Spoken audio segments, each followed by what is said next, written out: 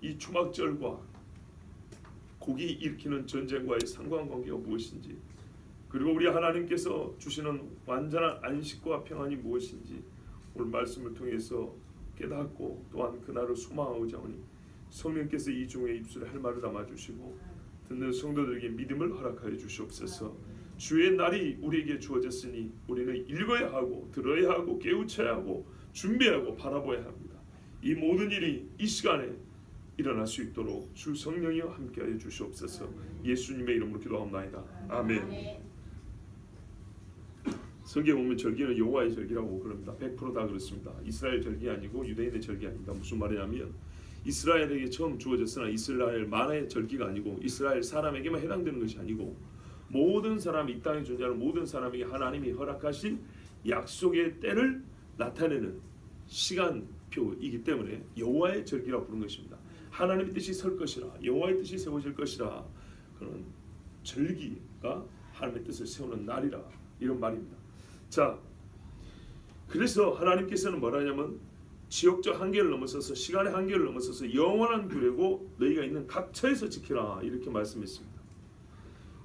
모든 절기는 그리스도를 예표하고 그리스도 안에 있으므로 영원하며 또한 그리스도를 믿는 자는 그 절기를 지킴으로 주와 함께 영원히 있을 날을 소망해야 됩니다. 그러니까는 그 절기를 통하여 예표한 대로 그리스도 행하실 영원한 구원으로 말하면 영원한 복, 임재, 하나님의 얼굴과 얼굴을 마주보는 그때를 소망하고 있습니다.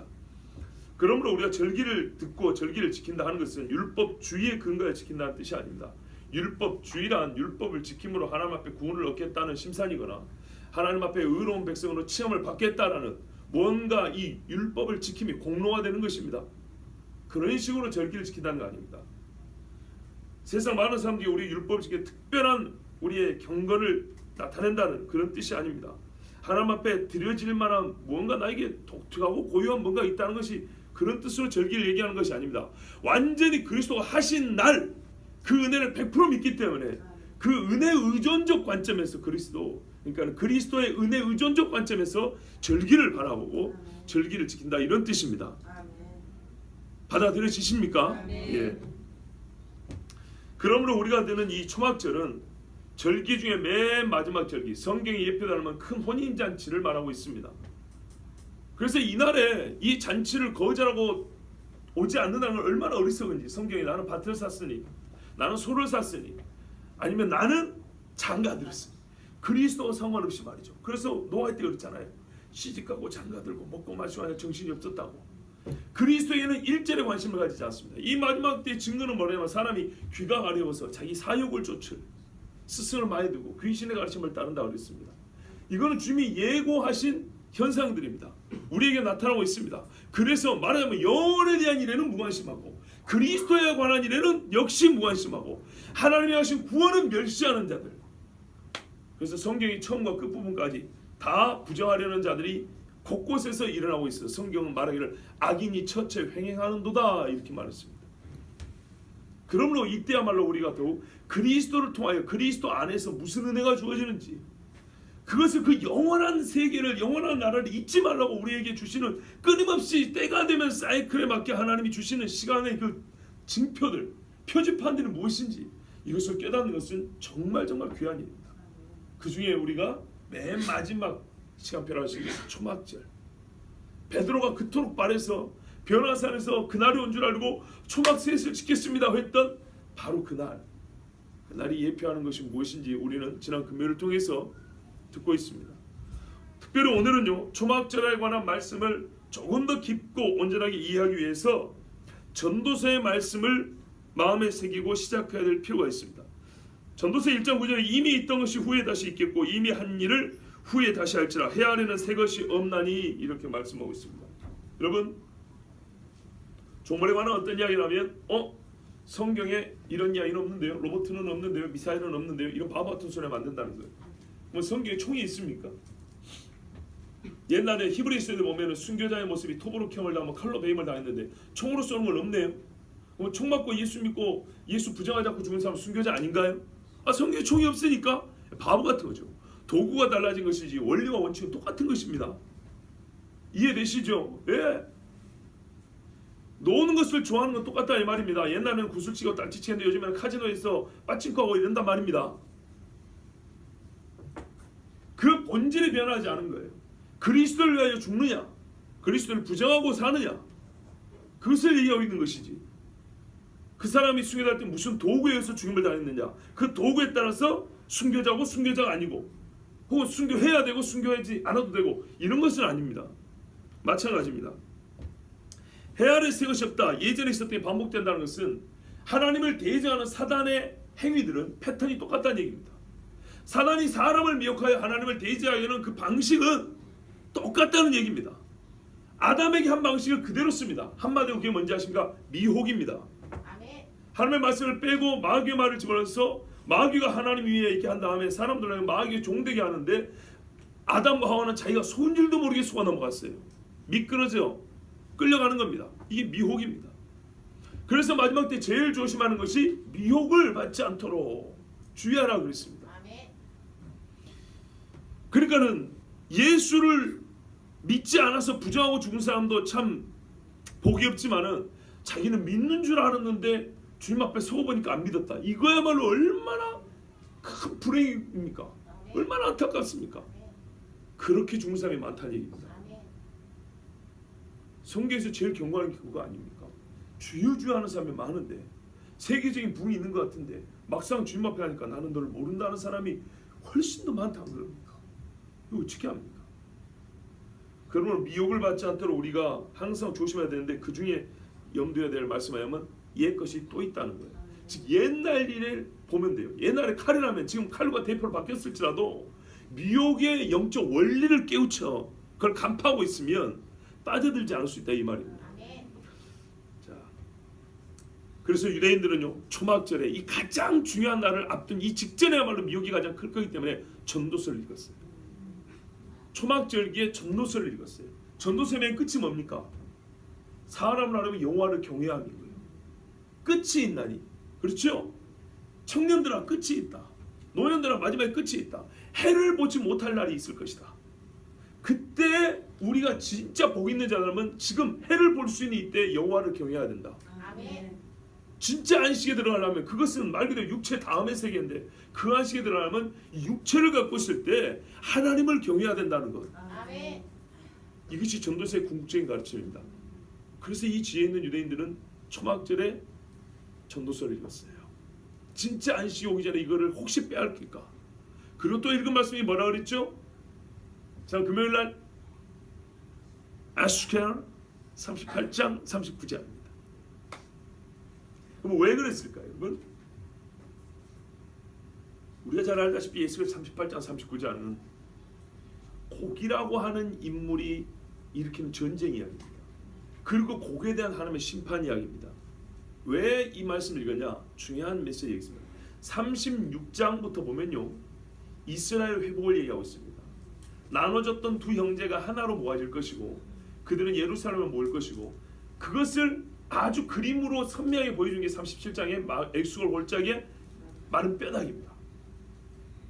이 뼈다귀들이 들어와서 뭐라면 극히 큰 군대라, 인자야 있는 이스라엘이라 이렇게 말한다고 하나요.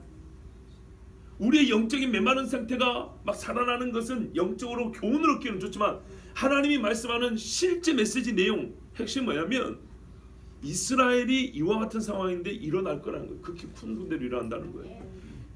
자, 그렇게 하여 이스라엘이 본 땅에서 평안히 거주할 때에 이 곡이라는 인간이 일으키는 어마어마한 큰 전쟁이 있다는 겁니다. 이 전쟁이 무엇인가를 알기 위해서 앞뒤를 봐야 되는데, 그 앞에 어떤 맥락이라고요? 이스라엘이, 마른 뼈와 같은 이스라엘이, 형제가 유다와 북이스라엘로 갈라했던 이 사람들이, 열국으로 흩어졌던 사람들이 돌아오고 나누지 않고 한 나라가 되어서 한 형제로 돌아오고 이 고토에 돌아와 평안히 거주하는, 말하자면 지금과 같은 때를 말하고 있습니다. 이스라엘 사람들이 에스겔 36장 37장이 지금 현재 자기들이 이루어졌다고 믿고 있어요. 그 다음에 38장 전쟁이 있다는 거. 그럼 이후의 이야기입니다. 그러니까 제가 했잖아요. 알리야라고 지금 현재 이스라엘 돌아온 사람들이 에스겔 38장과 39장에 전쟁이 있을 줄 알고도 온다고. 왜 그런지 아십니까? 그건 40장 이후 이야기 때문에. 40장 이후 이야기는 한마디로 압축을 하면 예루살렘 성과 성전 이야기입니다. 제 말이 거짓말인 거 봐보세요. 여러분 40장부터 봐보세요. 맞습니까? 안 맞습니까? 이 문들이 어디 물입니까? 이 뜰이 어디 뜰입니까? 성전 이야기죠? 대답을 해주세요. 맞아요? 틀려요? 맞지요? 41절 보세요. 성소와 지성소 42장 제사장 방 43장에 이렇게 성전이 완전히 성이 어떻게 해요? 여호와께 성전을 들어가신다 그러죠?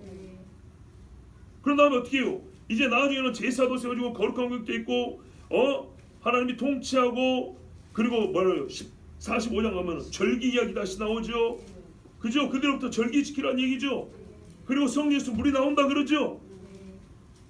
그리고 하나님께 성전을 중심으로 한 거룩한 땅의 경계를 확보하시는 그런 이야기죠. 만약에 여호와 예수님이 오셔가지고 여호와의 이름으로 오시는 이유 통치하시는 그때를 얘기하고 있거든요. 그러니까 무슨 말이에요? 이날 40장 이야기가 40장 이하가 말하면 초막절의 얘기란 말이죠. 그러면 그 초막절에 들어갈 자는 어떻게 해요? 말하면 38장과 39장에 이 어마어마한 전쟁에서 이기고 남은 사람이어야 되는 거예요. 견뎌낸 사람이어야 되는 거예요. 그런데 그렇게 말하면 또 38장 39장은 우리가 영적인 핍박, 영적인 고난, 시험을 이겨야 된다는 얘기, 그렇게 보시면 안 된다는 얘기입니다. 그건 당연한 이야기고 이거는 분명히 실제 우리 현실에서 있을 마지막 큰 전쟁을 말씀하고 있다는 것입니다.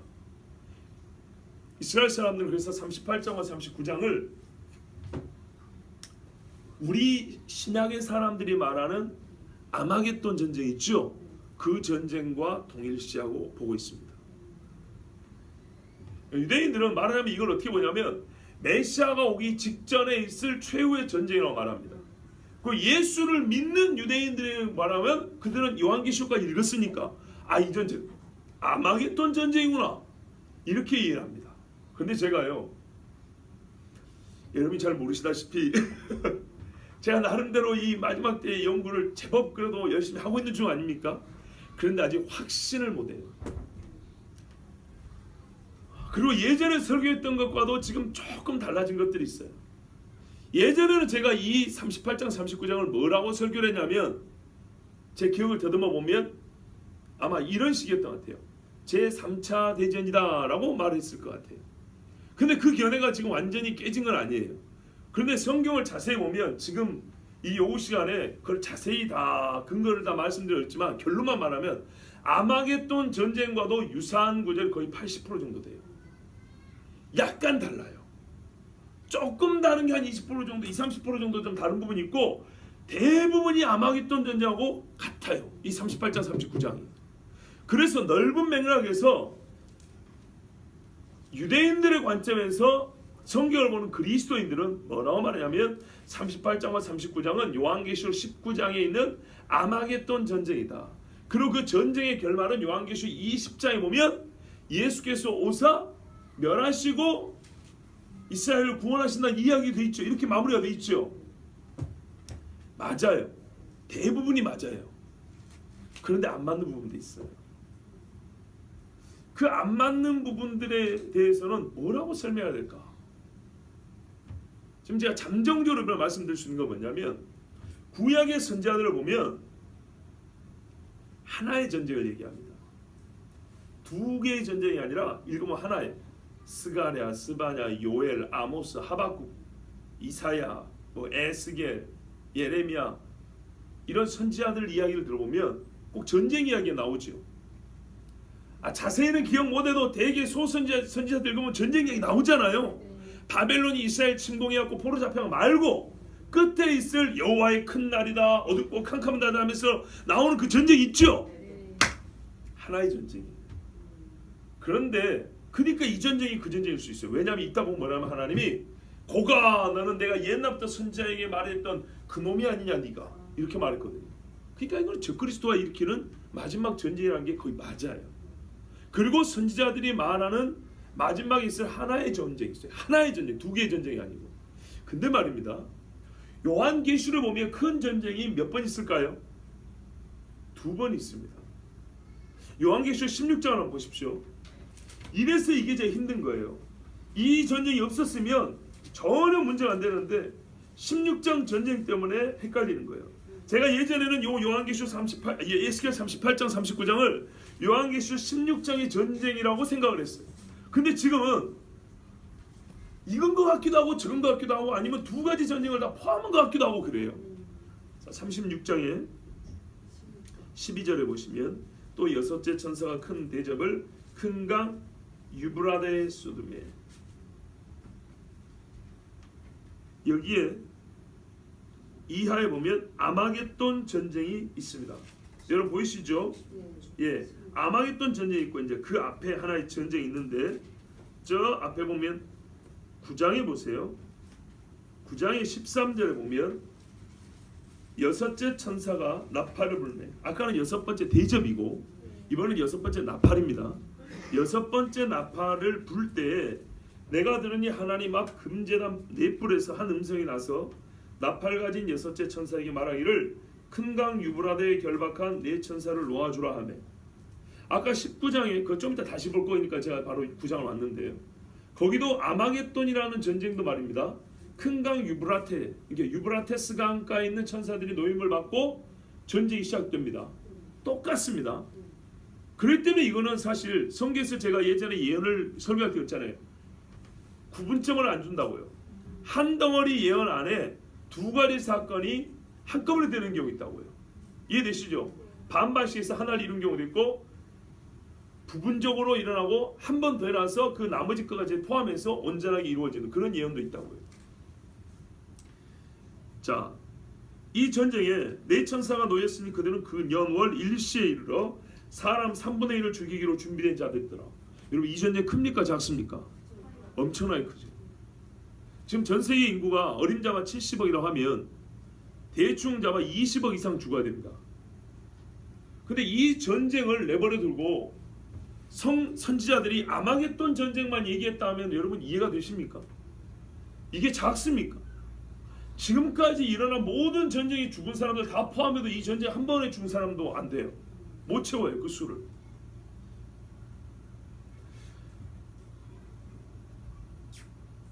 마병대 수는 2만만이니 내가 그들의 수를 들었노라. 2억의 군대가 모여가지고 전 세계 인구 20억 이상이 죽어요. 이런 전쟁 들어보셨어요? 그래서 사람들이 이걸 제3차 대전이라고 하는 겁니다. 이 규모로 볼 때 2억의 군대를 동원할 나라가 어딨어요 도대체. 단일 국가로는 불가능합니다. 뭐 중국이 예비군 다 동원하면 된다 하지만은 중국 혼자 내전하는 거 아니잖아요. 여러 나라 군대가 모였을 때 이 정도면 실로 어마어마합니다. 말이 2억이 우리가 숫자 세지도 못합니다. 그 많은 군대가 모여서 20억 이상이 죽어요. 이 전쟁을 하나님께서 예수님 오시는 그날에 앞서서 아무 말씀도 안 하셨다. 정말 이해하기 어렵죠. 근데 선지자들을 보면 시편도 그렇고 시편 83편도 그렇고 마지막에서 하나의 전쟁을 얘기하고 있다고. 하나의 전쟁. 그 다음에 주님 와요. 근데 분명히 요한계시록 9장에 어마어마한 전쟁이 있어요. 이 같은 환상 가운데 그 말들과 그 위에 탄 자들을 보니 불빛과 자줏빛과 유황빛 호심경이 있고 또 말들의 머리는 사자머리 같고 그 입에서 불과 연기와 유황이 나오더라. 그래서 어떻게 됩니까? 사람 3분의 1이 죽고 19절 보세요. 이 말들의 힘은 이 사도 요한이 보는 관점이죠. 힘은 입과 꼬리에 있으니 꼭 요즘에 미사일 이야기죠. 탄두로 머리로 박아 죽이고 꼬리 불로 날아가고 꼬리와 머리로 죽입니다. 꼬리는 뱀 같고 또 꼬리에 머리가 있어 이것으로 해야 하더라. 자, 이 재앙으로 죽지 않은 사람들이 어떻게 해요? 하나님을 원망하고 귀신을 섬기고 회개하지 아니하더라. 그죠? 이 사람들의 때가 아직 남아 있습니까? 안 남아 있습니까? 남아 있죠. 남아 있어요 아직. 이 어마어마한 전쟁이 끝나고 회개하지 않은 사람들이 여전히 살아서 3분의 1은 살아가지고 이 땅이 존재해요. 주님 오시기 전에. 그 다음에 아까 읽은 16장에 이제 아마겟돈 전쟁이 있는데 이 전쟁의 또 특징이 뭐냐? 직접적으로 짐승이 일으키는 전쟁이에요. 보세요. 16장 12절을 보면 여섯째 천사 그 대접을 큰 강 유브라데에 쏟으며 강들이 많아서 동방에서는 왕들에게 예비됐더라. 이 전쟁 특별히 동쪽에서 왕들이 왔대요. 그리고 개구리같은 새 더러운 영이 용의 입과 짐승의 입과 거짓 선지자의 입에서 나오니 그들은 귀신의 영이라. 큰 날에 있을 전쟁을 위하여 모았고요. 그때 주님이 도둑같이 온다 그랬죠. 아, 이 전쟁 때 주님이 진짜 와요. 그런데 오실 때 이들이 모여서 싸운데 보면 아마겟돈이 이스라엘 땅입니다. 무깃도 이스라엘 땅입니다. 이스라엘 땅에서 전쟁을 하니까 이들이 어린 양을 대적하려고 군대를 모아왔다 이 말입니다. 아시겠죠? 그래서 이제 우리 주님 와가지고 이들을 다 파괴시키고 없애십니다. 자, 하여튼 이 이야기는 조금 이따 제가 다시 본문 중에 다시 말씀드립니다. 일단 중요한 건 뭐냐면 에스겔 38장 39장이 이스라엘 사람들이 보는 대로 주님 오시기 직전에 쓰는 엄청난 전쟁을 말하는 건 맞는데, 그리고 선지자들의 말을 들어보면 바로 이 전쟁이 그 전쟁 하나의 전쟁인데 요한계시록에는 크게 두 개의 전쟁이 기록되어 있으므로 과연 이걸 어떻게 했어야 될지 상당히 고민이 된다는 거예요. 또 하나 고민은 뭐냐면 요한계시록 20장에 보면은 1000년 동안의 주님 다스림의 시간이 마지막 끝날 때 또 곡이라는 인간 또는 어떤 상징적인 어떤 나라가 예수께서 다스리는 이 1000년 동안의 왕이 다스리는 나라를 대적하여 일어난다는 거예요. 그럼 또 하나의 전쟁이 있죠. 그렇죠? 근데 그거는 역시 곡이라고 불렀어요. 곡과 마곡이라고 불렀어요. 그러니까 에스겔 38장과 39장의 전쟁이 요한계시록 20장의 전쟁과 같은 거냐 다른 거냐, 이것도 고민입니다. 헷갈리시죠? 일단 정리를 해드릴게요. 이것이 진짜 중요합니다. 오늘 다 못하면 다음 주도 합니다. 정말 중요합니다.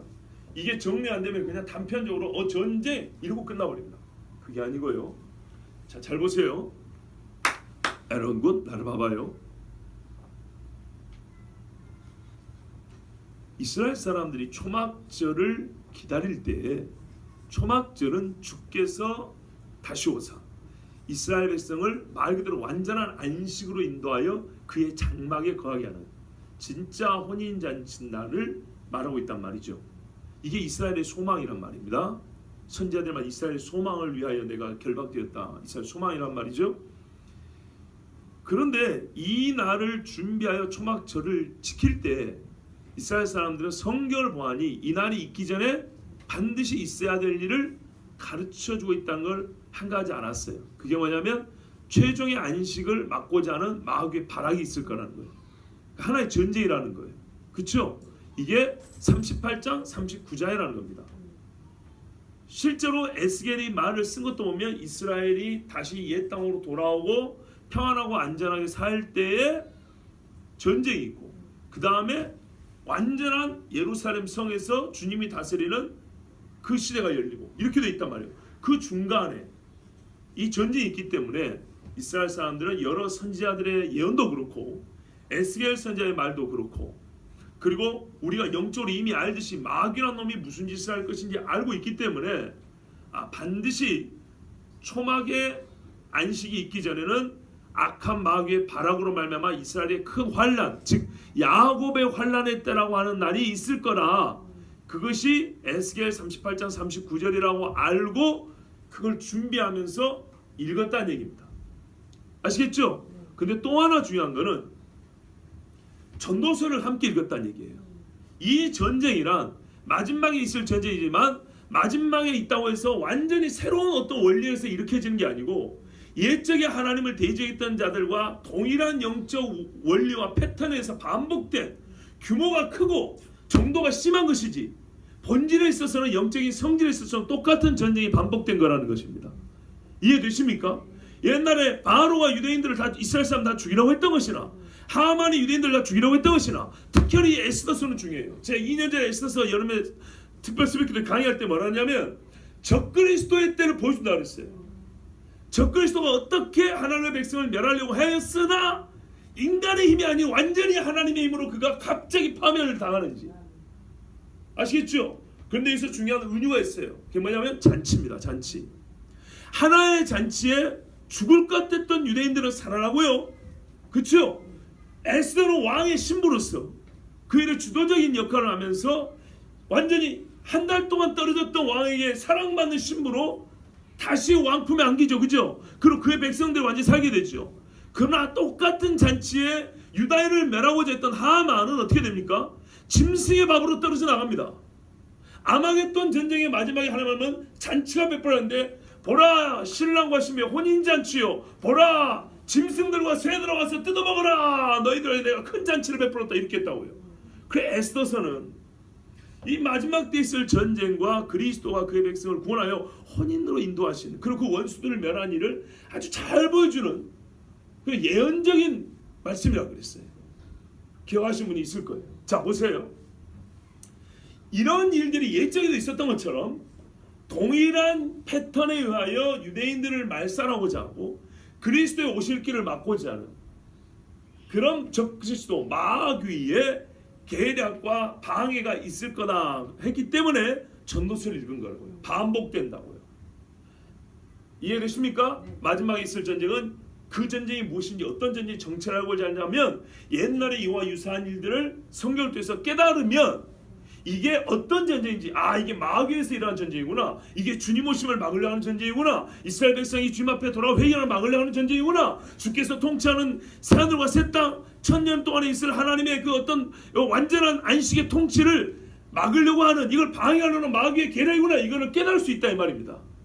아시겠습니까? 그렇게 에스겔 38장과 39장의 전제를 읽으면 됩니다. 그런데 문제는 하나님은 이 이야기가 중요하기 때문에 단일 전쟁에 대하여 성경 2장을 한해서 이렇게 자세하게 기록한 적이 없어요.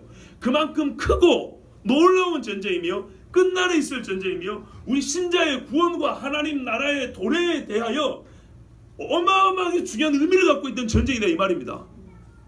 아시겠죠? 그런데 그 전쟁이 에스겔에만 기록된 게 아니라 당연히 하나님은 사도를 통해서 가르쳐 주셨기 때문에 요한계시를 보면 전쟁이 나와 있는데, 문제는 요한계시록에 주님이 오시기 전의 전쟁이 2개가 크게 있더라는 거예요. 하나는 9장에 6번째 나팔이고 하나는 16장에 6번째 대접이라는 거예요. 그러면 유대인들의 관점에서는 이 뒤에 있는 거 6번째 대접의 재앙, 즉 아마겟돈 전쟁이 이 에스겔의 전쟁이다. 예적부터 반복되었던 그러나 결정적인 이 전쟁, 그 전쟁이다 보는데, 문제는 그러면 9장에 있는 이 세계 인구의 3분의 1이 죽는 전쟁은 아무 언급 없이 넘어갈 수 있는 것이냐? 그렇지 않다는 거죠. 그렇죠? 그러면 이 두 전쟁의 공통점이 무엇이냐 하면은 둘 다 이스라엘에서 일어난다는 것이고요. 둘 다 소위 말하면 적그리스도의 세계 지배 체제 하에서 일어난다는 얘기입니다. 그렇다면 에스겔 38장과 39장이 적그리스도에 의해서 일어나는 전쟁이라면 이 38장과 39장 이야기가, 제가 그랬잖아요. 아마겟돈 전쟁에도 100% 일치하지 않는다고. 그러면은 요한계시록 9장에 있는 전 세계 인구 3분의 1이 죽는 전쟁과 마지막에 있을 아마겟돈 전쟁 둘 다가 적그리스도에 의해서 일어나는 마지막, 약간의 텀은 있겠지만 두 전쟁이 결정적으로 크게 보면 하나의 덩어리로서, 왜냐하면 이스라엘을 멸하고 주님을 막으려 하는 전쟁이거든요. 그런 원리, 영적 성질에 의해서 보면 이게 통합되어 에스겔이 예언하고 있는 전쟁이 아닐까, 선지자들이 말하는 전쟁이 아닐까. 그러니까 말하자면 요한계시록 2개로 나눠 있었지만은 크게 보면 9장에서 시작된 전쟁이 1차적으로 끝나고 그에 의해서 적그리스도가 유대를 통치하고 다스리고 이스라엘을 다시 막 쫓아버리고, 그때 이스라엘은 어떻게 해요? 부르짖고, 그리고 주님 오시자 다 됐잖아요. 마귀가 지기 때 된 줄 알죠? 이래서 완전히 예수님 오신다는 예수님을 없애버리려고. 왜? 처음에는 자기가 예루살렘 성전에서 하나님이라 그랬잖아요. 이제 이마저도 없애버리려고 작정하고 군대들을 모을 때 주님이, 그게 아마겟돈인데 그때 주님이 오셔가지고 그를 멸하신다면 에스겔 38장과 9장의 이 마지막 전쟁은 적그리스도가 일으킬 요한계시록 9장의 전쟁과 16장의 아마겟돈 전쟁 두 가지를 다 포함하고 있지 않을까. 저는 현재 여기까지 결론이 나왔습니다. 왜냐하면 38장 39장의 전쟁, 그리고 선지자들이 예언한 전쟁 하나의 전쟁인데 요한계시록은 큰 전쟁이 2개가 돼 있고, 근데 이 하나의 전쟁은 전부 다 말하면 적그리스도가 일으키는 전쟁으로 돼 있고 이스라엘이 일어난 전쟁인데, 요한계시록 2가지 전쟁 다 적그리스도와 이스라엘과 관계돼 있단 말이에요. 그리고 주님 오시기 직전에 그걸 방해하는 전쟁이란 말이죠. 아시겠죠? 그리고 에스겔의 전쟁은 이 두 전쟁 중에 하나씩은 일치하는 게 있어요. 근데 어느 것 하나가 100% 맞진 않아요. 두 가지가 다 들어있단 말이에요. 그래 봤을 때는 에스겔 38장과 39장의 전쟁이 이 마지막 때 있을 두 전쟁을 하나의 전쟁을 크게 하나의 전쟁을 싸잡아서 우리에게 보여주는 전쟁이 아닌가 이렇게 봅니다. 자, 그런데 문제는 이제 두 번째로 여기 있어요. 소위 말하는 이 에스겔 38장 39장 전쟁이 그러면 주님 오시기 전의 전쟁이구나. 맞죠? 그렇죠. 초막절 있기 전의 전쟁이죠. 그런데 말이죠, 여러분. 요한계시 20장에 가면 곡과 마곡이라는 이 에스겔 38장과 39장에서 전쟁을 일으킨 그 인간의 전쟁이 또 나와요. 또 나와요. 그래서 어떤 사람은 에스겔의 전쟁은 주님 오시기 전에 있을 이야기 아니고 천년왕국 말기에 있을 전쟁이다 이렇게 말해요. 그럼 아까 요한계시록 9장과 16장은 떨어져 나가버리죠. 이해가 되세요? 예, 왜냐하면 이 사람은 이렇게 보는 관점은 곡과 마곡이라는 동일 인물, 동일 명칭 때문이에요. 그래서 곡과 마곡이 주님 오시기 전에 요한계시록 9장과 16장에 있는 전쟁을 일으키는 적그리스도일 수가 없다. 왜? 천년왕국 마지막에 마귀가 잠깐 풀려나가지고 일으키는 전쟁이 곡과 마곡이 일으키는 전쟁을 하지 않았냐. 그러므로 에스겔이 말한 전쟁은 요 천년왕국 말에 있을 전쟁을 예언해 놓은 거다. 그리고 천년왕국이 끝난 다음에 하늘에서 성전이 내려온다 하지 않았냐. 틀렸습니다. 성전이 아닙니다. 성이 내려옵니다. 성이. 성전은 없다 그랬습니다. 아시겠어요? 성전은 없습니다. 왜? 하나님과 어린 양이 성전이라고 했어요. 우리가 이걸 구분해야 돼요. 그러나 요한계시록이 아니라 요한계시록에는 마지막 이스라엘 왔을 때는 성전은 없고 주님이 성전이고 성전된 자기 육체를 가리킵니다.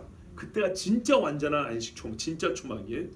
그리고 천년왕국 때는 성전이 사람이 세운 성전이 있어요. 거기서 다스린다 그랬다고요. 아시겠죠? 근데 에스겔이 말하고 있는 거는 성전이 있어요. 뜰이 있고. 이해가 되시죠? 그러니까는 에스겔이 말하고 있는 전쟁은 주님 오시기 전에 일어나는 전쟁이 맞아요. 그러면 요한계시록 20장에 나오는 천년왕국 마지막에 있는 전쟁은 뭐냐? 그거는 또 일어나는 전쟁이에요. 다시 한번 또 일어나는 전쟁이라고. 그러면 여기서 사람들이 의문을 가집니다. 아니 예수님이 천년 동안 다스리는데도 불구하고 주님을 대지하는 인간들이 있단 말이요? 여러분, 하나님을 날마다 만나는 아담과 하와도 주님을 대적했다는 거 아십니까? 광야에서 불기둥과 구름기둥을 보호를 받는 하나님 주시는 만나와 메추라기와 생수를 먹고 마시던 사람들도 하나님을 원망하고 대적했다는 거 아십니까? 아시죠? 자, 여기까지 듣고, 그러니까 이 에스겔이 예언하고 있는 이 전쟁이 진짜 주님 오심의 끄트머리에 살고 있는 우리가, 이스라엘의 소망이요 우리 영혼의 구원의 완성을 바라보는 우리가 들어야 될 전쟁, 반드시 깨달아야 될 전쟁, 즉 진짜 파님, 주의 얼굴을 대면하여 보고자 하는 자들이라면 알고 깨어서 준비해야 될 그날이라는 걸 아시겠죠? 왜요? 이때 사람들은 혼란해서 살고자 하여 주를 배도할 것이고 미혹될 것이고, 마태복음도 뭐라 합니까? 야곱의 환난 때, 가장 그 환난의 때 사람들이 지푸라기도 잡는 심정으로 주님이 여기 계시다면 이리 가고 저리 있다면 저리 간다 그랬어요. 가장 미혹이 클 때가 바로 고통이 심할 때입니다. 고통을 벗어나고 싶어서 조금이라도 도움이 될 것 같으면 여기저기 막 끈을 붙잡는단 말이에요. 그때 미혹이 되는 거예요. 그러니까 이 말씀을 우리가 반드시 알아야 될 필요가 있습니다. 동의가 되십니까? 네. 예. 자, 그러면 말씀을 한번 보겠습니다. 시간이 되면은 36장과 37장도 좀 자세히 봤으면 좋겠는데 지금 그럴 수는 없고요. 37장 후반부만 보면 15절 이하에 유다와 이스라엘이 통일되고 돌아옵니다. 37장 전반부를 아시죠? 11절에 이 뼈들은 이스라엘 온 족속이라 그랬죠. 그들이 말하기를 우리는 말랐고 멸절되었다 했으나 나는 그들을 다시 어떻게 해요? 생기를 주어 무덤을 열고 나오게 하고 살려 너희가 내가 여호와인 줄 알게 하리라 이렇게 됐죠. 그때 그래서 너희를 돌이킬 때에는 유다와 이스라엘이 나누지 않고 하나의 막대기로 한 손 안에서 하나가 되어서 돌아온다 그랬어요. 그리고 그때 23절에 보면 하나님은 그들을 구원하여 그 범죄한 처소에서 끄집어내고 구원하여 정결하게 한다. 그들은 내 백성이고 나는 그들의 하나님이 되리라. 이 이야기를 하나님은 언제부터 하신 이야기입니까 도대체? 하나님의 최종 소망이 이거예요. 이스라엘 최종 소망도 우리 하나님 백성 되는 것, 하나님은 이스라엘이 나의 백성 되는 것, 나는 그들의 하나님 되는 것. 24절 보세요. 그때는 내 종 다윗이 왕이 되고 내 규례를 지키고 준수할 것이고 야곱에게 준 땅에 거주할 것이고 영원히 거주할 것이고 다윗이 영원히 그들의 왕이 될 것이고 그리고 세상에나 내가 그들과 화평의 언약을 세울 것이고 성소를 세울 것이고 자 열국이 내가 이스라엘을 거룩하게 하는 여호와인 줄 알리라 이렇게 돼 있죠. 이 일이 지금 이루어지고 있는 중입니다. 맞습니까? 예, 그리고 되고 있습니다. 자, 그때 이와 같은 일이 이제 곧 그 끄트머리를 향하여 가고 있는데 우리가 잘 알다시피 환란의 때가 있지요. 근데 어느 때인지는 지금 에스겔 자체는 말하고 있지 않지만 하여튼 이 때와 성전이 완전히 세워지고 예루살렘에서 주님이 다스려서 그 예루살렘 성에서부터 생수의 강이 흘러나오는 이런 세계가 오기 그 사이에 이제 한 번에 큰 전쟁이 있다. 이걸 이스라엘 사람들아 마지막 소망의 때를 들어가려면 참 안식 얻으려면 이 전쟁 알아야 한다고 주신 것입니다. 자 보겠습니다. 38장을 일단 우리 간단히 앞에서 보면 이제 너는 2절 보세요. 마곡 땅에 있는 로스. 마곡 땅 어딜까요? 저도 상당히 많이 찾아보고 연구해봤습니다. 최종 결론만 말씀드리면 여기는 터키입니다. 터키. 로스가 어딜까요? 로스의 머리 우두머리라는 얘기입니다. 러시아 이렇게 말하는 경우 있는데 이거는 잘못된 거예요. 지금 그리스식 해석이었습니다.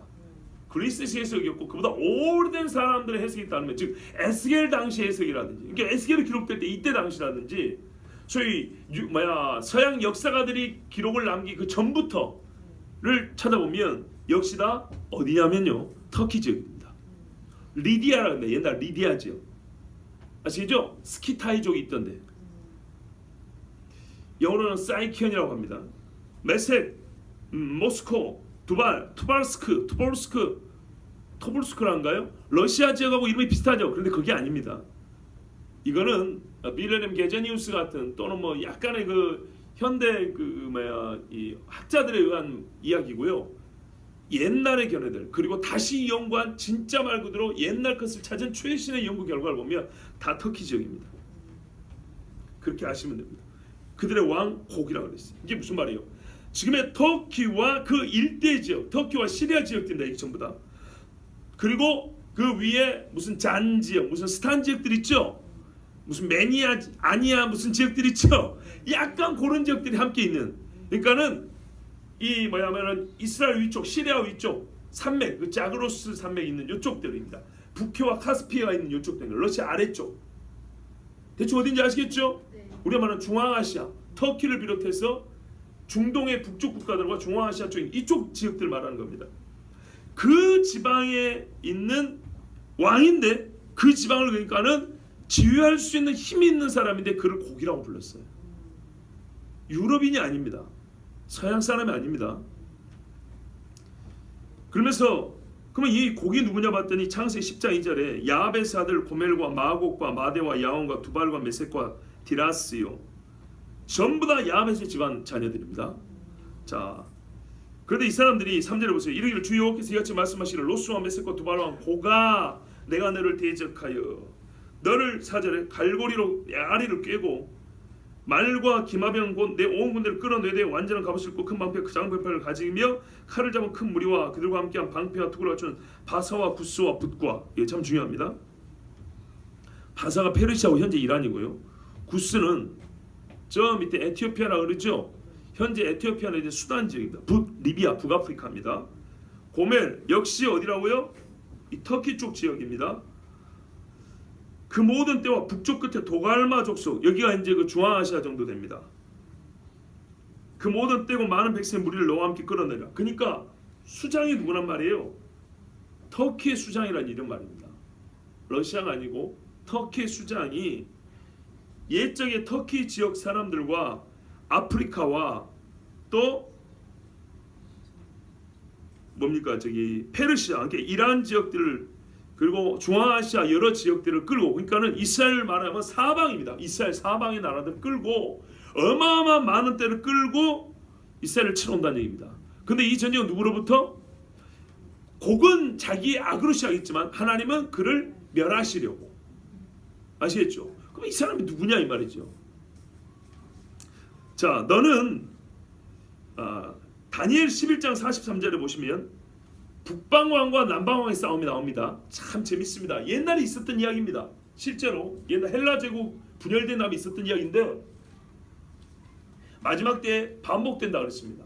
종말 때 역시 북방과 남방을 싸운다 그랬는데 이게 정말 중요합니다. 왜냐하면 이 싸움의 결과 구스와 붓이 그의 수하가 된다 그랬어요. 적그리스도의 수하가 된다고 돼 있어요. 아시겠죠? 그 말하자면 이 해석이 맞다면 북쪽에 있는 곡이 남쪽에 있는 나라들을 먼저 힘으로 제압을 합니다. 그리고 이제부터 너희는 내 말을 들어. 내가 군대 동원하면 동원하고 내가 나오라면 나오고. 그 지역이 다니엘 11장에 보면 구스와 붓이 나와 있습니다. 즉 북아프리카 지역의 나라들이 이 중동 북쪽 지방의 나라들에게 제압이 돼가지고 이제는 그 수하에 들어가 군사력을 동원한다고 다니엘서에 나와 있습니다. 근데 그 나라가 지금 여기에 있지 않습니까? 그건 북쪽의 왕인데 남쪽의 군대를 오라 하면 끌어냅니다.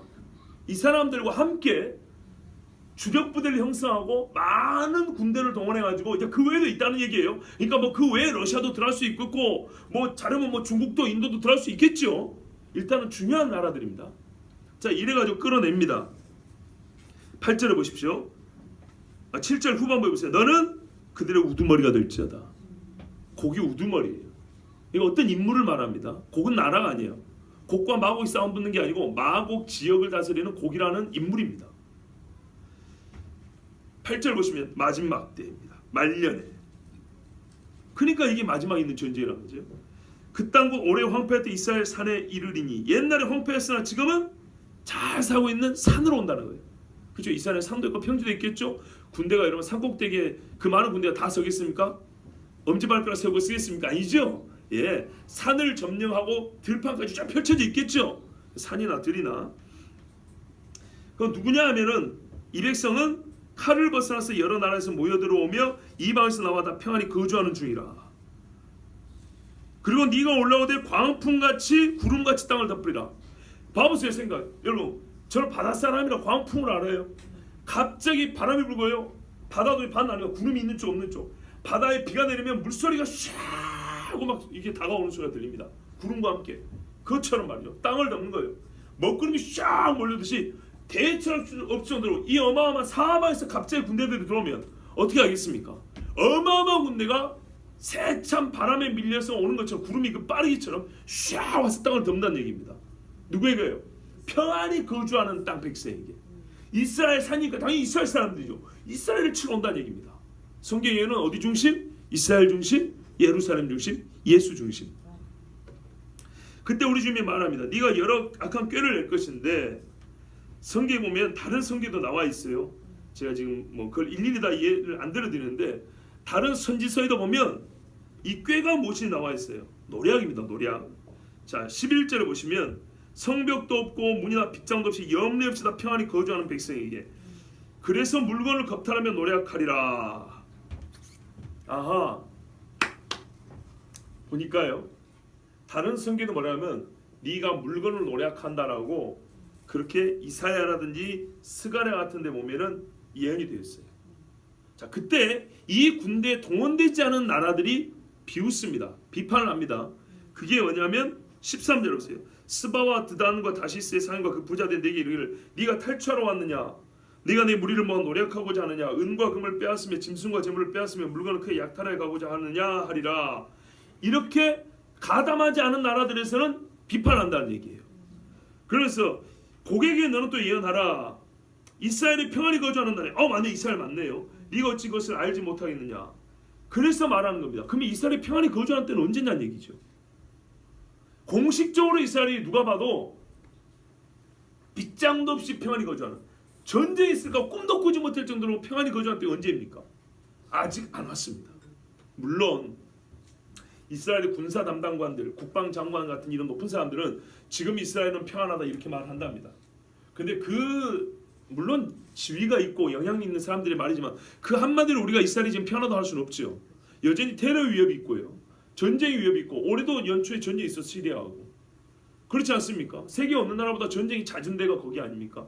그러니까 이런 빗장도 없고 뭣도 없다고요? 성벽도 없고 문도 필요 없는 정도의 평안은 아직 오지 않았습니다.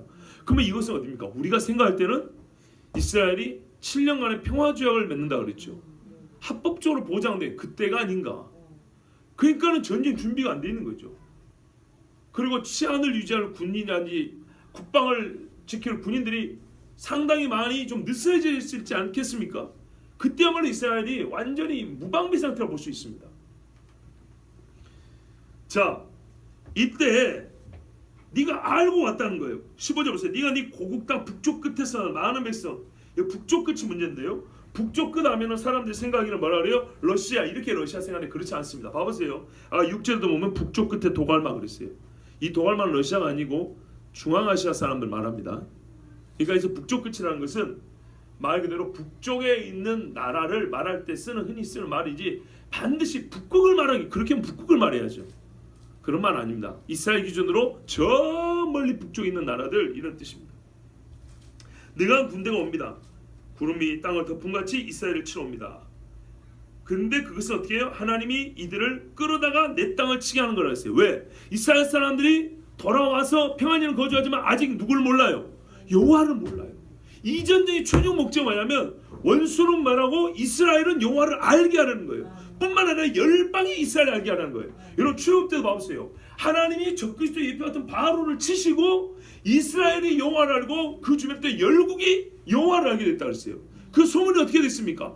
라합에게 들려서 기생 라합조차도 자기가 처형당할 것을 두려워하지 않고 정탐꾼을 술며주지 않았습니까?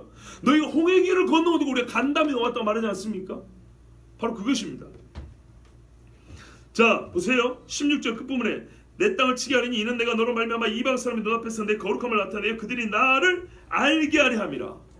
천년왕국에 들어갈 때 여러분 금요일날 말씀드리 약간 의아하셨는데 남은 자들이 있다고 했어요. 그 남은 자들은 누구냐면 예수 그리스도를 믿고 짐승의 표를 받지 않은 사람들도 있고 예수를 안 믿어도 짐승의 표를 안 받는 사람이 있어요. 정치적 이유로 버틴 인간들이 있어요. 지금도 있어요 여러분. 있어요. 지금도 그런 모임들이 있는 거 아십니까? 그런 사람들이 오히려 기독교인보다 더 활발한 거 아십니까? 세계를 통치하는 이 사단의 통치 시스템이 가동될 거라는 걸 알고 예수 안 믿어요. 예수 안 믿는데도 불구하고 우리는 거의 저항해야 한다고 말하는 소위 정치적 이유에서 저항하는 사람들이 있습니다. 그러면 그 사람들이 어떻게 해야 돼요? 짐승의 표를 안 받았으니까 그냥 자동으로 천국 들어갑니까? 천국에 들어가면 그게 아닙니다. 그들에게 어떻게 해요? 하나님을 알 수 있는 기회가 있어야 되지 않겠어요? 자, 그래서 열국이 알게 된 거, 스가랴 14장에 이 전쟁에서 면하고 남은 자들이 그때 살면서 초막절을 지켜올 것이다 이렇게 말한 거예요. 거기 어디에도 이집트 땅에도 있다고 말해요. 그래서 이집트 땅이 만약에 예를 들면 그 남은 자들 중에 이집트라고 하자. 이집트가 초막절을 지키러 안 온다 예루살렘에. 그러면 나는 거기 비례 안 준다 그랬다고요. 무슨 말이에요? 현재 하나님이 주신 이 첫 번째 창조된 이 세상이 그대로 계속된다는 얘기입니다. 천년 동안. 이해되십니까?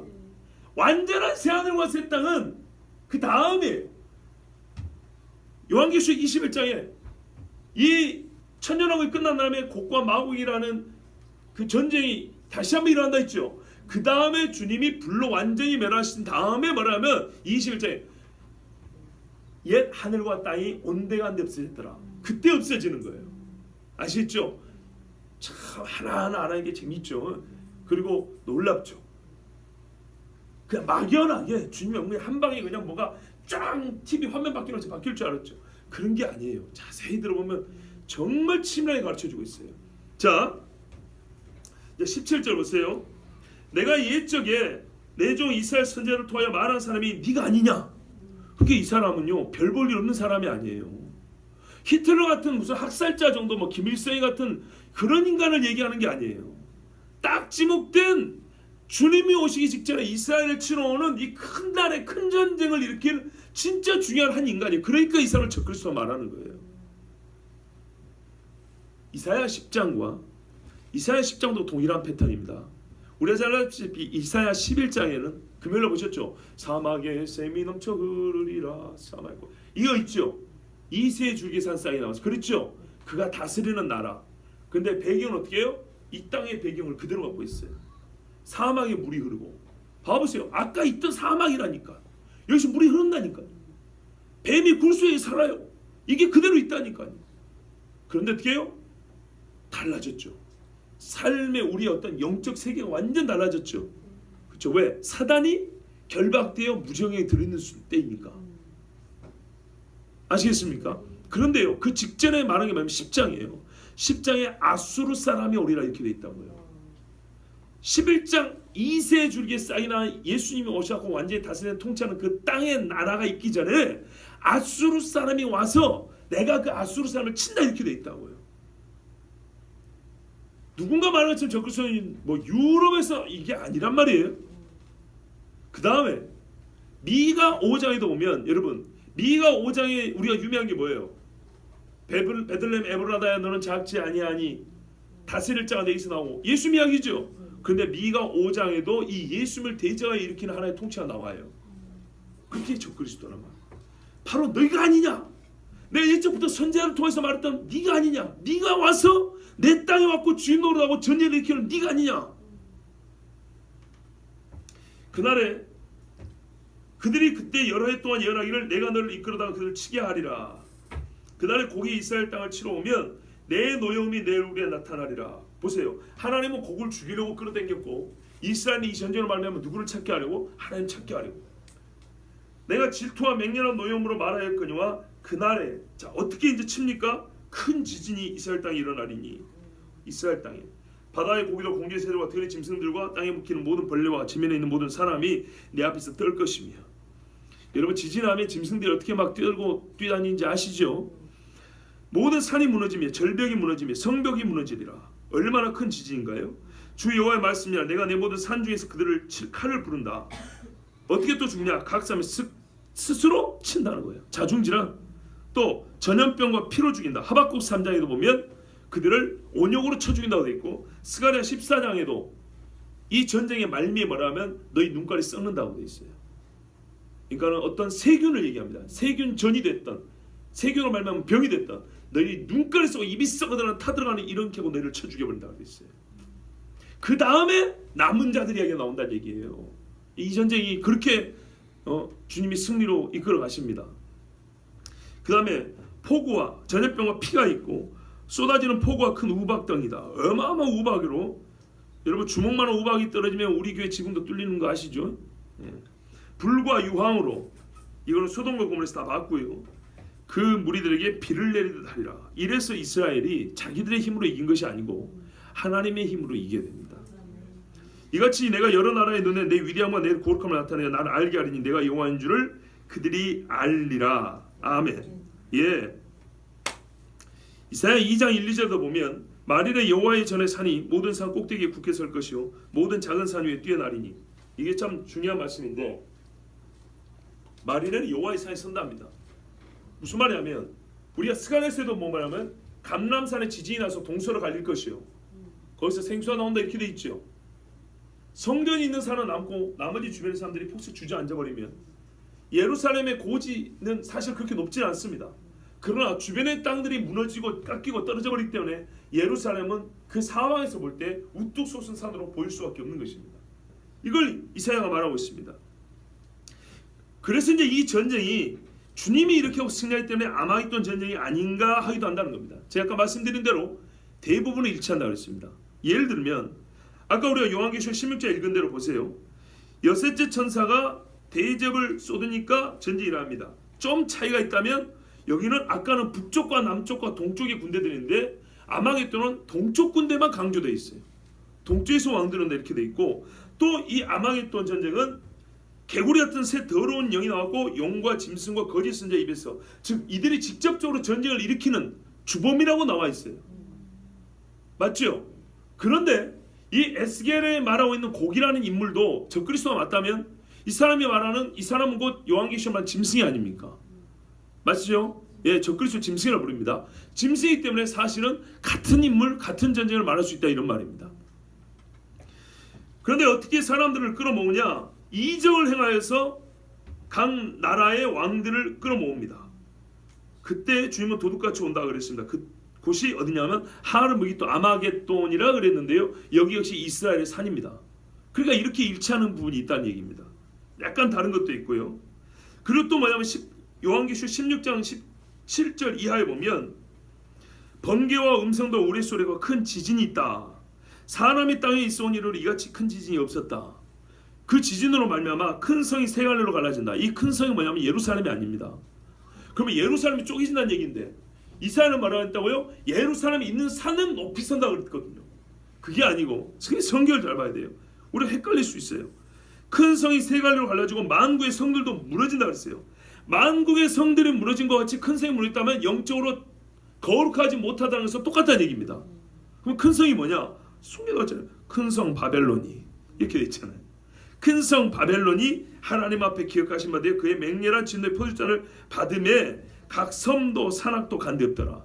그리고 이 바벨론에 대해서는 따로 17장 18장에 따로 또 설명을 했습니다. 왜? 지금 이 전쟁이 중요한 만큼 이 바벨론이라는 큰 성이 영적으로 너무나 큰 죄의 온상지가 됐기 때문에 그리스도를 핍박하는 피해 굶주린 마녀 같은 짓을 했기 때문에 이 바벨론을 다시 한번 얘기했습니다. 하여튼 이 전쟁으로 말미암아 모두 무너져요. 바벨론도 무너져요. 예레미야의 예언과 요한계시록 보면 1시간 만에 무너진다고 돼 있어요. 순식간에 무너진다. 왜? 지진이니까. 그때 우리가 지금 들은 대로 진노의 포도주 단이 있어서 그를 밟습니다. 무게가 한 달란트나 되는 우박이 한 달란트면 35kg에서 40kg쯤 된다 했죠. 고만한 우박이 하늘에서 떨어지고 사람들이 우박의 재앙 때문에 하나님을 비방하니 그 재앙이 심히 크미러라 이렇게 되어 있습니다. 그리고 이 전쟁이 일어날 때 이제 이 장면이 좀 바뀌어가지고 보세요. 이 전쟁의 그 뭡니까? 하이라이트가 큰 성이 무너지는 걸 했잖아요. 그래서 17장과 18장에 이 큰 성이 무너지는 이야기를 한 다음에 19장에 가면 이쯤 되면 뭐가 됐다고요? 어린 양의 혼인잔치가 준비가 되었다 이렇게 했습니다. 이제 잔치하면 돼요. 그러면 이 전쟁 이제 마무리해야 되겠죠. 마무리를 하시는 이야기가 어디 나옵니까? 19장 11절에서 21절입니다. 또 내가 즉 아마겟돈 전쟁의 마무리입니다. 끝맺음입니다. 또 내가 하늘이 열린 것을 보니 보라 백마와 그것을 탄 자가 있으니 그 이름은 충신과 진실이라 하고 예수님이 흰 세마포 입은 천사들과 함께 쫙 오십니다. 진노의 포도주 틀을 밟든다. 만왕의 왕이요 만주의 주라 하더라. 우리에게 다 아는 이야기죠. 그러면서 17절 이하에 보면 와서 하나님의 큰 잔치에 모여 왕들의 살과 장군들의 살과 장사들의 살과 말들과 그것의 탄 자들의 살과 자유인들이나 종들이나 작은 자나 큰 자나 모든 자의 살을 먹어라. 재밌죠? 자유인이나 종들이나 작은 자나 큰 자나 짐승의 표를 받은 자는 이렇게 해놨는데 똑같이 그 부류를 말하고 있죠. 즉 누구든지 하나님을 알지 못하고 되지 않은 사람들은 어떻게 해요? 짐승의 먹잇감으로 된다는 것입니다. 살을 먹으라. 또 내가 보매 그 짐승과 아까 그 전에 그 짐승이 있죠. 짐승과 땅의 임금들과 그들의 군대들이 모여 그 말 탄 자와 그의 군대와 더불어 전쟁을 일으키다가 이 아마겟돈 전쟁이 그리스도를 대적하려고 모인 전쟁이었어요. 일으킨 전쟁 맞습니까? 네. 그래서 우리 주님 오셔서 어떻게 해요? 짐승이 잡히고 그 앞에서 표적을 하던 거짓 선자도 함께 잡혔으니 아까 새 영이 영과 짐승과 거짓 선자를 들어가서 그 거짓 이 말로 사람들에게 이적되고 꼬드기하고 전쟁을 일으킨다 했죠. 그리스도를 대적하자. 이스라엘 아예 없애버리자고 대적한다 했죠. 그래서 우리 주님 오셔가지고 전쟁에서 승리하면서 어떻게 해요? 짐승을 잡고 거짓 선자도 잡아서 이는 짐승의 표를 받고 그의 우상에게 경배하던 자들 표정을 미혹하던 자 이 거짓 선자 잡아서 둘이 산채로 유황불 붙는 못에 던져지고 그 나머지는 말탄 자의 입으로부터 나오는 검의 죽음에 모든 새가 그들의 살을 배부리더라. 이렇게 죽여버려요. 그럼 아까 용은 어떻게 합니까? 용은 잡아 1,000년 동안 결박하여 무정에 무저갱 무 없을 무저 끝 바닥저 갱 구를 말합니다. 끝이 없는 구덩이에 던져버려. 아시겠죠? 성경에요. 잘 들으면 우리가 한마디로 지옥이라는 데가 여러 군데로 돼 있어요. 끝이 없는 구덩이. 어둡고 바깥 어두운 데라고 되어 있죠. 그 다음에 수월이라고 되어 있고요. 그리고 지옥이라고 불못이라고 되어 있어요. 불못. 불과 유황이 탔는 못이라고 했어요. 여기가 최후로 멸망받을 자가 들어가는 것입니다. 나중에 최후의 심판이 끝난다면 어떻게 해요? 사망과 음부도 불못에 던져지더라. 전부 다 불못에 들어갑니다. 자, 거기가 우리가 말하는 최후의 지옥입니다. 사실 지옥이라고 말하면 좀 그래요. 땅속에 있는 게 아니니까. 하여튼 그게 불못입니다. 지금은 땅속에 있다고 볼 수도 있습니다. 또 너무 고민하지 마시고요. 자, 이렇게 보면 이게 에스겔이 말하는 전쟁과 비슷하냐? 좀 아닐 수도 있어요. 자, 그러면 39장을 보겠습니다. 여러분 39장을 보시면 1절을 보시면 아직 에스겔의 환상과 예언은 안 끝났습니다. 고객의 예언하기를 아까 전쟁이 이렇게 끝난 것 같죠? 다시 한번 반복해서 말을 합니다. 뭐라고 말하냐면 너를 돌이켜서 이끌고 북쪽 땅에서 나와서 이스라엘 산 위에 이르러 내가 너를 뒤로 돌이켜서 너를 친다, 화살로 친다, 뭐 이렇게 돼 있는데요. 우리 번역에는 없는데 옛날에 킹 제임스 번역에는 뭐라고 됐냐면요, 너의 6분의 1만 남기며 이렇게 돼 있어요. 6분의 1을 남겨놓고 6분의 5를 끌어다가 여기서 죽게 한다, 뭐 그런 의미로 읽혀질 수 있는 번역이 있어요. 이건 좀 연구가 필요합니다. 자, 그래서 이들은 이스라엘 산 위에서 엎드러집니다. 죽습니다. 그리고 보세요, 똑같죠. 내가 너를 각종 사나운 새와 들짐승에서 넘겨 먹게 하리니 네가 빈들에서 엎드러지리라. 산에서 엎드러지고 빈들에서 엎드러지고. 자, 6절 보세요. 내가 불을 마곡과 및 섬에 평안히 거주하는 자에게 내리리니 내가 여호와인 줄 그들이 알리라. 이게 중요한 거예요. 내가 내 거룩한 이름을 내 백성 이스라엘 가운데 알게 하여 다시는 내 거룩한 이름이 더럽혀지지 않게 한다. 내가 여호와고 이스라엘의 거룩한 자인 줄을 민족들이 알리라. 그러니까 이 전제로 말미암아 모든 민족이 하나님이 누구신지 알게 된다는 거예요. 8절 주 여호와의 말씀이라. 볼지어다 그날이 와서 이루어진 내가 말한 그날이 이날이라. 선지자들이 말한 그가 바로 네가 아니냐 그랬죠. 선지자들이 말한 그날 여호와의 날이 바로 이날이라 이 말입니다. 이날의 그 사람 일치가 되죠. 예. 그리고 이 전쟁이 끝난 다음에 여전히 어떻게 해요? 이 땅은 계속된다 그랬죠. 계속되기 때문에 이스라엘 사람들이 무기를 불태워 사르는데 이 여러 무기를 태워 7배 동안 태우리라. 어마어마하게 태울 게 많아요. 전쟁이 얼마나 컸는지. 그리고 이 사람들이 무기로 불을 피울 것이므로 나무를 주워올 필요가 없다. 벌목할 필요도 없다. 무슨 말입니까? 그 난방을 위해서 화력을 위해서 다른 거 태울 필요 없어. 고생할 필요가 없어요. 11절에 보세요. 그날에 내가 고을하여 이스라엘 땅 곧 바다 동쪽 사람이 통행하는 골짜기를 매장지로 줄이니 바다 동쪽 사람이니까 동쪽이니까 이는 사해 쪽이네요. 사해 쪽에 어느 골짜기를 매장지로 줄 것인데 통행하던 길이 막힐 정도다. 사람이 거기에서 곡과 그 모든 무리를 매장하고 그 이름을 하몬곡의 골짜기라 일컬이라. 무슨 말이냐면 무리들을 곡의 무리들의 골짜기, 이렇게 곡의 군대들이 다 묻힌 곳이다 이런 말입니다. 이스라엘 족속이 7달 동안에 그들을 매장한 데만 7달, 남은 무기로 불태운 데만 7년, 그 땅을 정결하게 할 것이라. 여러분 정결이 필요하죠. 그 땅 모든 백성이 그들을 매장하고 그로 말미암아 이름을 얻으니 이는 나의 영광이 나타난 날이니라. 주 여호와의 말씀이라. 시체를 매장하고요 7달 후에 살펴봅니다. 매장이 다 끝난 줄 알고. 그다음 혹시 절기에 올라오다가 당신들이 시체가 있는 걸 보고도 표시해놔라. 그럼 우리가 다시 가서 묻겠다. 이제 이런 일이 벌어집니다. 그 다음에 이 골짜기에 매장한 다음에 동네 이름을 하모나 이렇게 했다는 거죠. 하몬곡 하모나 아시겠죠? 자, 이렇게 이름이 지을 정도다. 그러니까 사람들이 하는 말이 이거 마지막 아닌 것 같은데, 왜냐하면 바로 천년왕국으로 가면은 이 땅이 계속될 수 없잖아요. 그게 우리의 오해라는 겁니다. 천년왕국이란 거는 완전하게 옛 하늘과 옛 땅이 없어진 것이 아니고 현재 하늘과 땅 이 자체에서 완전히 주님의 세계, 하나님이 통치할 걸 사람이 다 해먹어버렸잖아요. 이 땅을 정결하게 하는 과정이 있어야 됩니다. 이 땅을 주의 거로 다시 속죄 돌이키는 과정이 있습니다. 천년 동안입니다. 그리고 주님이 말하면 너희가 나와 왕노란다 그랬죠. 그게 언제 일어나면 이 천년 동안 일어납니다. 아시겠죠? 자, 17절을 보십시오.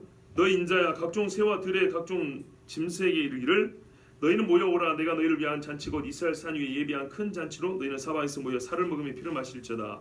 너희가 용사의 살을 먹으며 세상 왕들의 피를 마시기를 바산에 살찐 짐승 곧 순양이나 어린 양이나 염소나 수송아지를 먹듯 할지라. 내가 너희를 위하여 예비한 잔치의 기름을 너희가 배불리 먹으며 그 피를 취하도록 마시되 내 세상에서 말과 기병과 용사와 모든 군사를 배부르게 먹을지니라 하라. 주 여호와의 말씀이니라. 아멘. 이것도 반복되는 말씀으로 하나님 주신 그 말과는 전리품으로 주시는 잔치입니다. 이스라엘은 구원이요 저들의 멸망입니다. 아주 가장 수치스럽고 치욕스러운 죽음입니다. 그때 여러분이 성경에도 보면 소제목이 붙였죠. 이스라엘 회복이라고. 이게 진짜 이제 이스라엘이 하나님의 나라로서 주의 장막이 거하는 때입니다. 자 보세요. 내가 내 영광을 여러 민족 가운데 나타내어 모든 민족이 내가 행한 심판과 내가 그 위에 나타낸 권능을 보게 하리니 그날 이후에 그러니까 이 마지막 전쟁 이후에는 이스라엘 족속은 내가 여호와 자기들 하나님인 줄 알겠고 모르는 자가 없어요. 여러 민족은 이스라엘 족속이 그 죄악으로 말미암아 사로잡혀 갔던 줄 알지라.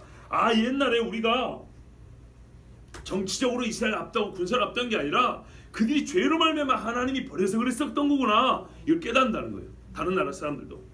그들이 내게 범죄했으면 내 얼굴을 그들이 가리고 그들을 그 원수의 손에 넘겨 다 칼에 엎드러지게 하였으되 내가 그들의 더러움과 그들의 범죄한 대로 행하여 그들의 내 얼굴을 가리었었느니라. 그리고 이스라엘 사람 뭐라 그래요? 주여 얼굴 우리에게 돌이키소서 이렇게 구한다 그랬죠. 25절 보세요. 그러므로 주 여호와께서 이같이 말씀하셨느니라. 내가 이제 내 거룩한 이름을 위하여 열심을 내어 야곱의 사로잡힌 자를 돌아오게 하며 왜 또 돌아오게 한다는 거예요? 그게 이겁니다. 아까 보세요.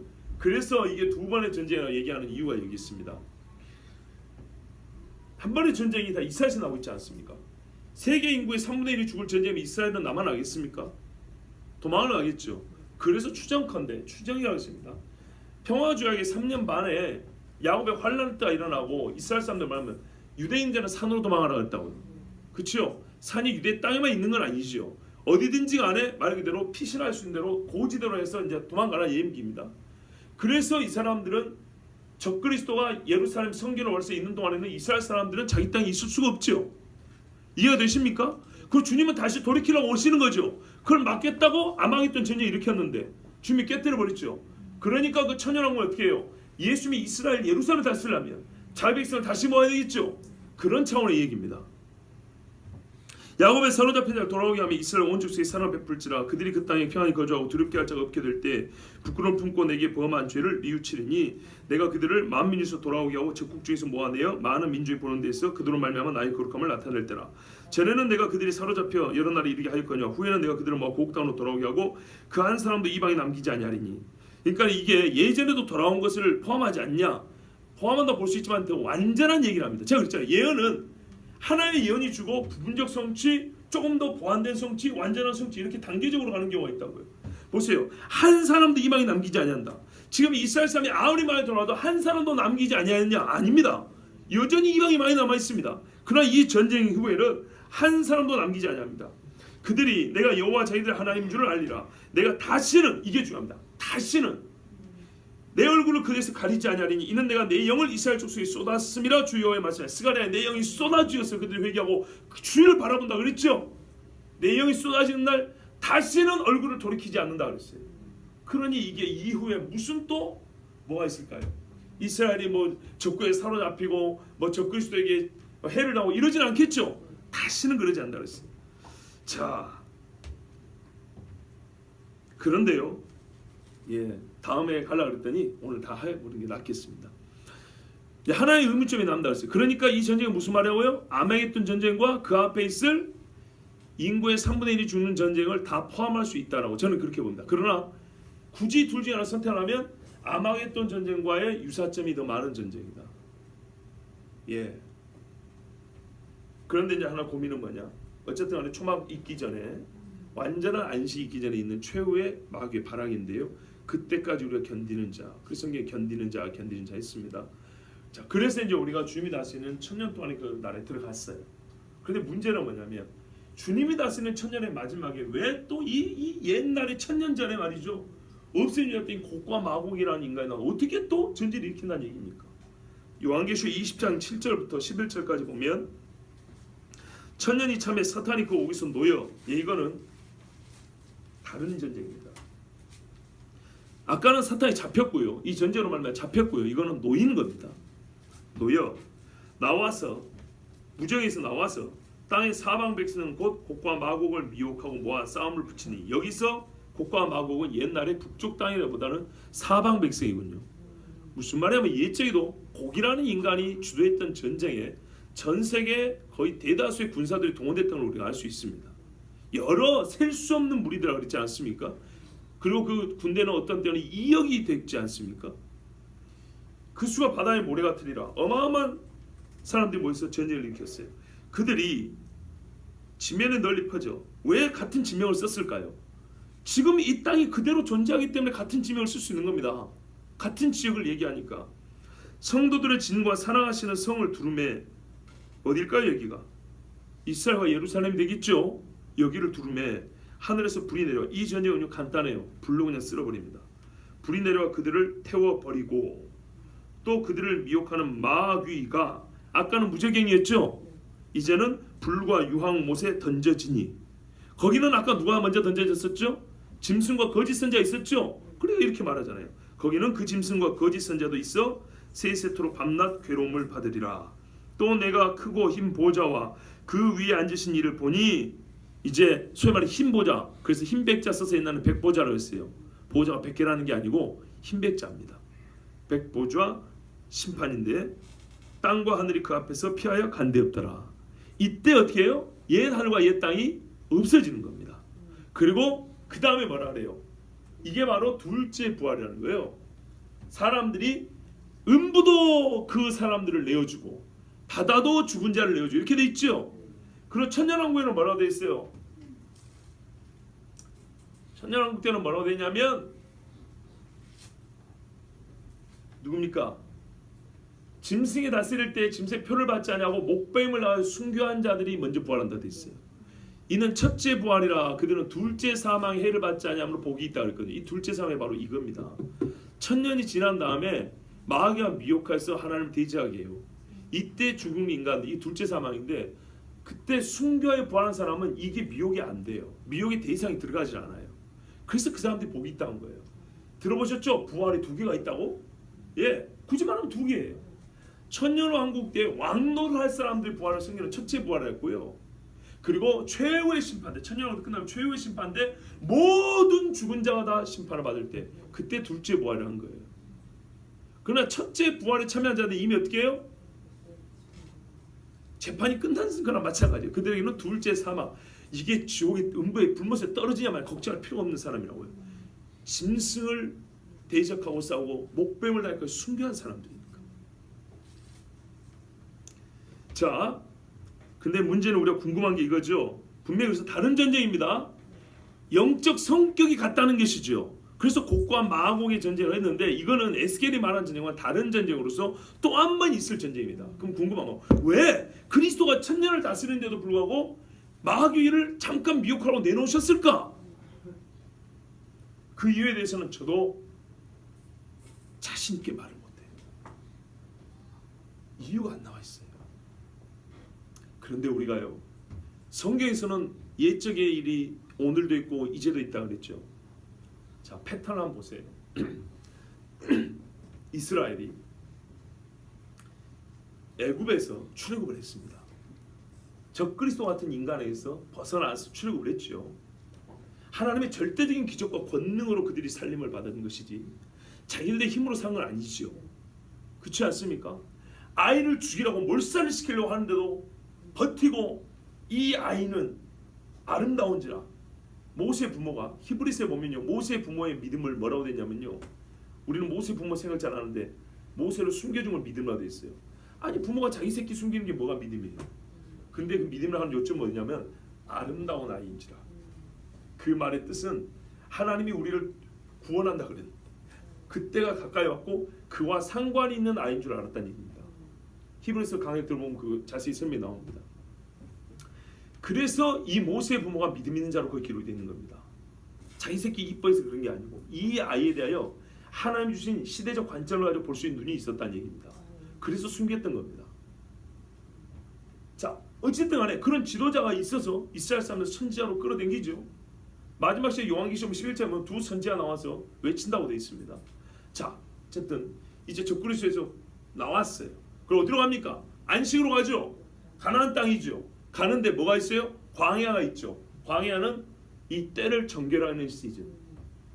하나님을 섬기는 것을 배워가는 때. 왜? 적그리스도 밑에 있었으니. 봐보세요. 하나님을 섬긴다고 금상에 세워놓죠. 짐승을 섬기지 않았을지 몰라도 여호와를 아는 지식이 조금 더 채워져야 돼. 특히 이스라엘 같은 경우는 극적으로 구원을 받았으나 여러분 우리가 막 떼굴떼굴 굴러서 극적으로 회개하고 돌아왔지만 하나님을 아는 지식은 아직 이만큼이죠. 마찬가지. 그래서 가나안에서 하나님과 동행합니다. 하나님의 구원뿐만 아니라 그분과 연합하여 사는 삶을 배우고 경험합니다. 나름대로 여행 연습입니다. 그 가나안에 들어갈 준비를 합니다. 그런데 그 과정에 뭐가 있었죠? 섞여 사는 무리, 원망과 불평을 일으키는 무리, 봐보세요. 그들은요 출애굽했고 홍해도 건너 세례도 받았고 시내산에서 약속까지 받았어요. 그런데 안식으로 가문돼요. 그리고 주님이 다 줬어요. 너희 신발도 떨어지지 아니하였고 옷도 헤어지지 아니하였고 먹을 양식 고기가 낑길 정도로 매일 고기도 줬고 떡도 줬고 물도 줬고 구름이요 그 떼약볕이 낼지도 구름이 이면 얼마나 서늘한지요. 한밤에는 얼마나 춥습니까? 벌판에. 그런데 불기둥으로 하늘까지 뻗쳐 올라가는 불기둥으로 따뜻하게 있단 말이죠. 말 그대로 부정한 게 없었어요. 하나님과 동양을 배웠어요. 그런데도 불구하고 뭐가 나왔어요? 섞여 사는 무리 중에 불평하고 원망하는 자들이 나왔더라. 그리고 광야 1세대 믿음 없는 사람 다 죽었죠. 믿음이 있는 사람들이 남아있는 것 같았죠. 2세대. 그렇죠. 근데 이 광야 2세대가 마지막 통과해야 될 관문이 있었죠. 그게 뭡니까? 민수기 25장에 모압 여자와 미디안 여자의 음행의 미혹이었어요. 즉 발람의 교훈을 따르는 자. 성경에서 얼마나 강조하는 겁니다. 베드로도 경고했어요. 유다세도 경고합니다. 요한계시록 4대 교회도 발람의 교훈을 따르는 자 경고합니다. 흰옷을 입지 못하는 놈들이라고. 잔치에는 왔는데 어찌 예복을 입지 못했는고? 어떻게 예복을 못 입었어? 쫓겨납니다. 그래서 그들을 마지막으로 테스트하고 그들을 마지막으로 정결하게 준비케 하는 그 시험이 뭐냐면 발람의 교훈이었습니다.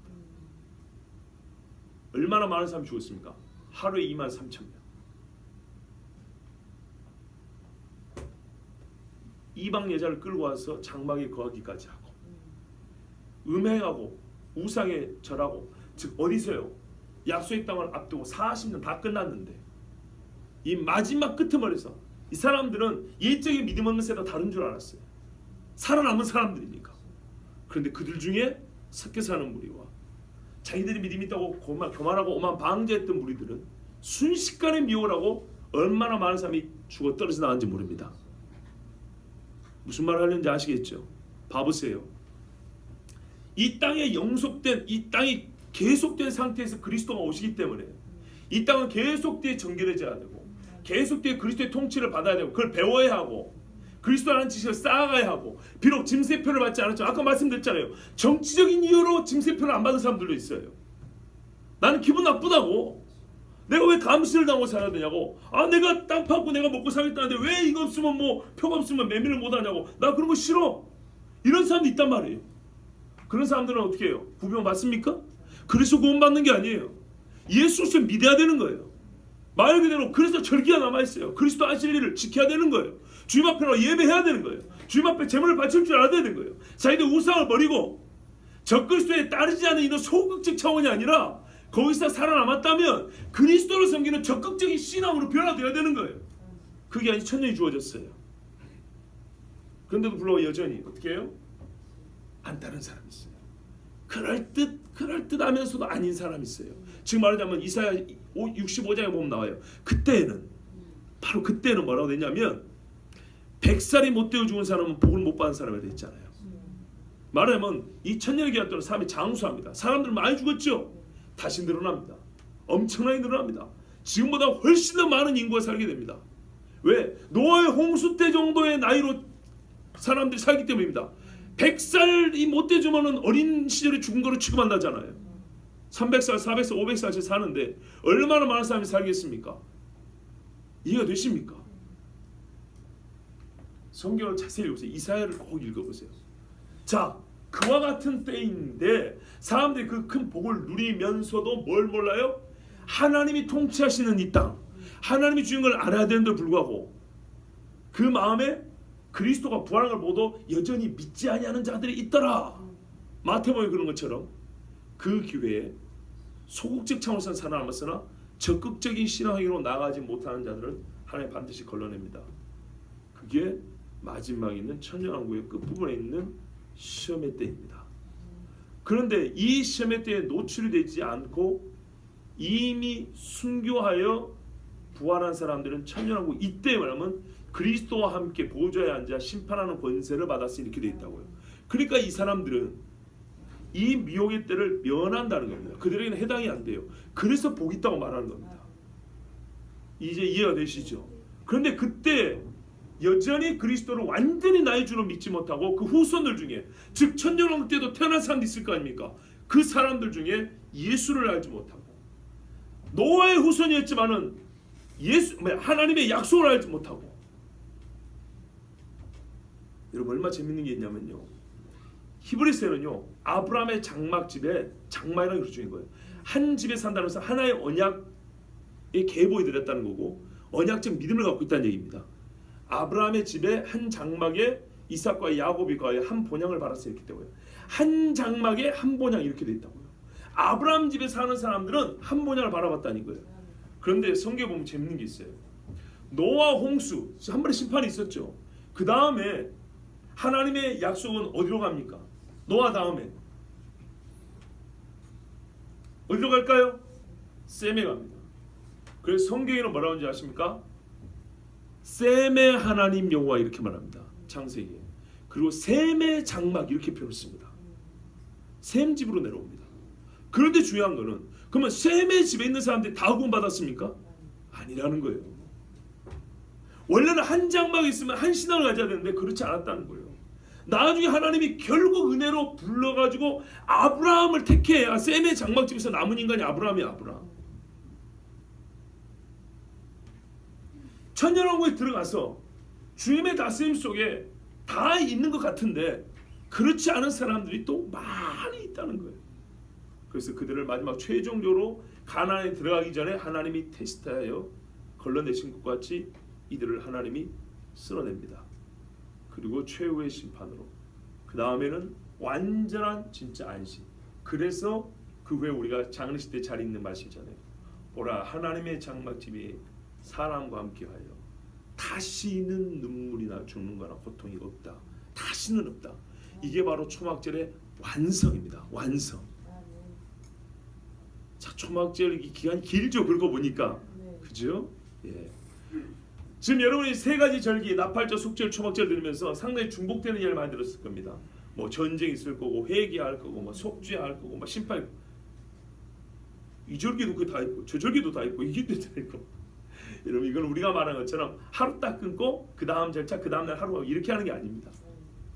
이게 함께 있는 겁니다. 그래서 가을 절기, 가을 시즌입니다. 넓게 봐야 되고요. 어느 한 해에 다 이루어지는 게 아닙니다. 몇 년의 기간을 두고, 초막절 같은 경우는 사실 완전히 있다는 1000년의 기간을 두고 이렇게 이루어지는 것입니다. 그래서 여러분이 말씀드린 겁니다.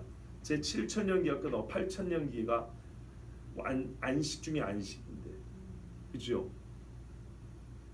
들으셨잖아요. 초막절에도 심카트 토라의 기쁨이라 제 8일째 우리 주님이 율법을 가르칠 때 큰 전체 잔치날 7일째 잔치, 7000년째 어린 양의 혼인 잔치 끝나고 8일째는 뭐예요? 하나님의 말씀을 온전히 우리가 듣고 그 앞에 거하는 성회로 모인다 그랬잖아요. 그죠? 이게 초막절이라니까요. 그때 현장에서 가늠한 잡힌 여자가 왔는데 나는 세상의 빛이냐고 예수님이 자기의 말씀으로 올가매려는 사람들 거꾸로 말씀으로 생명을 살리고 자기가 구원한 자인 걸 드러냈다고 그랬지 않습니까? 완전히 주의 말씀이 영원하다고 그랬잖아요. 영원한 주의 말씀으로 완전하게 이만큼씩 말씀을 폐함으로 범죄했던 사람들이 완전하게 주의 말씀으로만 영원히 그 복락 안에 거하는 날, 그 새하늘과 새 땅이 이제 성경의 칼렌더로 보면은 제 8000년기라고 보는 것입니다. 이해가 되십니까? 이 설교에 여러분은 동의하지 않을 수도 있고 동의할 수도 있습니다. 적어도 제가 여러분에게 동의 안 하는 부분이 있다 하더라도 그걸 강요하지는 않습니다. 믿을 강요는 안 합니다. 다만 요즘 저희 같은 사람들이 다녔던 신학교에서 가르치는 바처럼 상징이니 천년이 없니, 천년은 교회 시대 이야기니 있다고 소리하는 것은 절대 들으면 안 됩니다. 절대 들으면 안 됩니다. 왠지 아십니까? 제가 지금 설교하는 이 설교의 주 맥락이 초대교회 신앙관이었기 때문입니다. 초대교회 성도들과 신학자들은 제가 지금 설교하는 이 맥락과 이 큰 틀 안에서 주님 오실 때를 설교를 했어요. 중간에 변질된 겁니다. 변질된 거를 다시 돌이킨다고 바꾼다고 했는데 옛적으로 아주 온전히 못 돌아간 겁니다. 세부적인 사항이 다 맞다는 얘기 아닙니다. 세부 사항에서는 각자 차이가 있습니다.